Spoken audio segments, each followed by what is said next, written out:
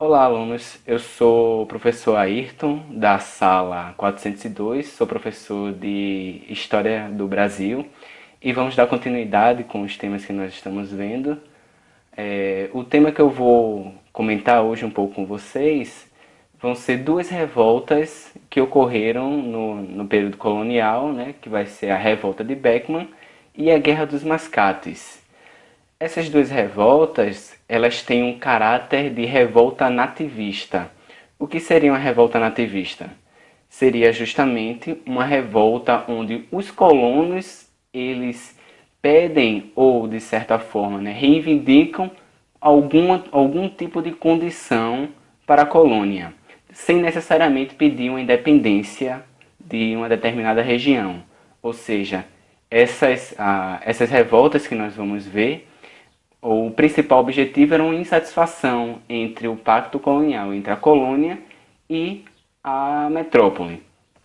A primeira revolta que nós vamos ter vai ser a revolta de Beckman. A revolta de Beckman ela vai ocorrer no estado do Grão-Pará e Maranhão. Né? Nessa época, esse estado ele era um estado à parte, ou seja, nós tínhamos aqui na colônia, que depois vai se tornar Brasil, duas regiões: o estado do Grão-Pará e Maranhão e o estado do Brasil, né? O próprio Brasil, que depois eles vão se unir e vai se tornar o Brasil que conhecemos hoje.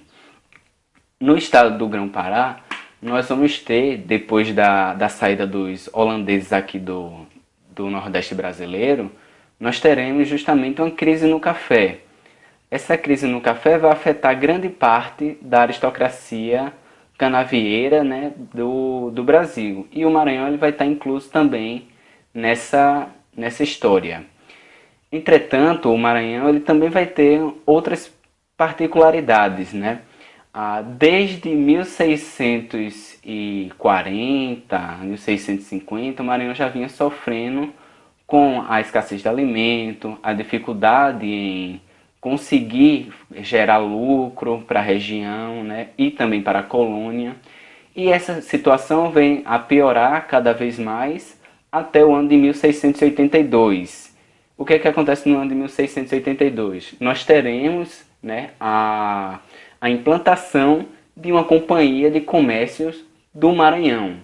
Ou seja, nós vamos ter nessa região um monopólio que é dedicado apenas a uma empresa, né, uma companhia, justamente colocada por Portugal, para obter assim ainda mais lucro.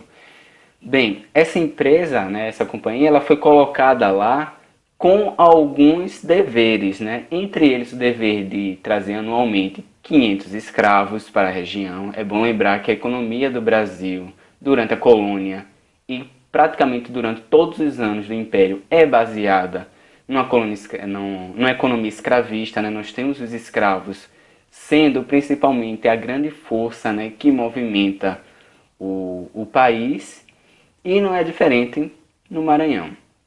Ah, Além desses escravos, nós também tivemos, né, a proibição da escravidão indígena, principalmente por influência dos jesuítas e também por parte da influência da companhia, principalmente para conseguir arrecadar mais dinheiro. Né?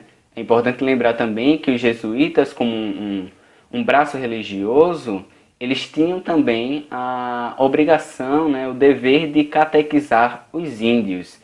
Então, muitos dos jesuítas preferiam catequizar os índios do que deixá-los serem levados como escravos, né? O que vai descontentar ainda mais essa elite, essa elite aristocrática do Maranhão. Como a companhia não vai cumprir com suas obrigações, ela vai começar a trazer menos escravos, e com menos escravos o valor dos escravos aumentavam, né? Dois irmãos, Tomás e Manuel, às vezes também grafado como Emanuel Beckman, eles, grandes aristocratas, vão iniciar uma revolta no Maranhão, né, na cidade de São Luís. Eles fazem essa revolta em 1684, né, 2 anos depois da companhia ter se instalado. E o que é que vai acontecer? Como a gente tem uma aristocracia que está se empobrecendo, vocês devem imaginar que os pobres estão em situação ainda pior. Então eles vão, de certa forma, conseguir reunir algumas pessoas, algum grupo, e vão invadir a companhia de comércio e pegar esses produtos que estavam lá nos galpões, né? Além deles fazerem isso, eles também vão invadir a força militar que havia na região. Entretanto, como eram apenas 6 soldados, não houve nenhuma resistência. Instaurada toda essa revolta, né, nós vamos ter tanto Tomás como Emanuel, né, liderando uma série de reivindicações para a metrópole portuguesa. É importante observar que eles em nenhum momento queriam, de fato, a separação da região do Maranhão. Com essa junta sendo criada, né, em 1684 para 1685, a gente tem uma série de pedidos, né, de reivindicações que eles vão fazer. Entre eles, a expulsão dos jesuítas, né, o fim da Companhia de Comércio e uma instauração de melhores condições para que o comércio possa ser feito, principalmente na região. Bem, para essa negociação foi enviado a Thomas Beckmann.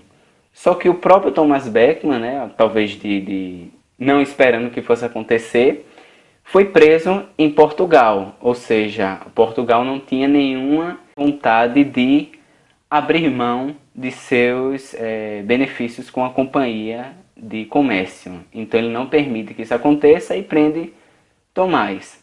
Além de Tomás ser preso, Manuel e Jorge Sampaio, um dos principais revoltosos também, vão ser mortos aqui na região do Maranhão, justamente para sufocar essa revolta. No final de 1685, essa revolta ela vai ser sufocada e a companhia ela vai voltar a fazer seus negócios sem sofrer nenhuma alteração relevante. É importante a gente observar que no final de 1685 a revolta já tinha sido sufocada, né, tendo seus dois principais líderes, né, Manuel e Jorge Sampaio, né, outro líder também bastante importante, sendo executados, né? O que é interessante porque o Brasil nem Portugal tem o histórico de matar pessoas influentes, né? Eles geralmente enviam elas para degredo.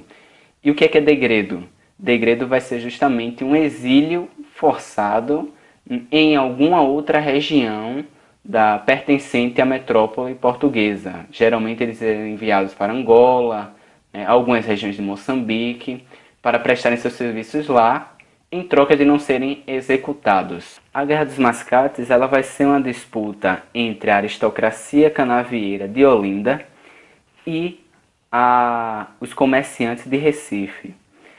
Essa disputa ela vai ocorrer na capitania de Pernambuco em 1710. E como histórico nós temos, desde anos passados, a aristocracia de Olinda ela vinha perdendo grande quantidade de dinheiro devido à disputa comercial com outras nações na produção do açúcar. Isso fazia com que muitos aristocratas de Olinda pedissem dinheiro para os comerciantes de Recife, o que para o orgulho da época era algo bastante vergonhoso. Entretanto, em 1710, Recife, que antes era apenas uma região sob a influência política de Olinda, ela ganhará o status de vila. Esse status de vila vai permitir com que ela consiga construir, né, criar uma Câmara Municipal. E qual é a importância dessa Câmara Municipal? Será de ter suas próprias leis e de retirar essa influência política que Olinda detinha na cidade. Entretanto, isso não vai agradar em nada a aristocracia de Olinda. Sendo grande maioria dos comerciantes descendentes ou portugueses, né? Os olindenses, tendo como líderes principais Bernardo Vieira e Leonardo Bezerra, eles não vão admitir que Recife se torne uma vila. Então eles vão organizar um pequeno exército. Quando eles invadem a cidade de Recife, eles vão acabar destruindo, né, a Câmara Municipal, vão destruir alguns prédios, né, e além disso eles chegam até a atacar o governador da região. Entretanto, no ano posterior, em 1711, Recife vai contra-atacar e vai colocar fogo nas fazendas canavieiras de Olinda, né, causando grande prejuízo econômico à aristocracia da região. Com essa revolta, ela envolvia nomes poderosos, Portugal ficou receosa de atacar e matar esses líderes, né? Então Portugal ele vai conversar com esses principais líderes e ele vai prender Bernardo Vieira. É interessante que Bernardo Vieira ele vai ser preso e vai ser levado para Lisboa. E lá ele vai acabar acidentalmente tocando fogo em sua própria cela e morrendo lá. Como desfecho, nós vamos ter a cidade de Recife, né, ou seja, o comércio, tornando-se um ponto principal da capitania, né, e ela vai, em 1711, ela vai acabar sendo elevada politicamente para a capital de Pernambuco, tirando esse status de Olinda, né. Anos após, em 1714, Dom João V ele vai acabar anistiando todos os líderes revoltosos, o que vai gerar num acalmamento dos ânimos na região. Finalizando aqui essas duas revoltas, né? Eu espero que tenham gostado do vídeo. Qualquer dúvida, comentem que nós respondemos, né? Compartilhem também com os outros alunos do PVS, né? E deixem um like, um joinha. Até!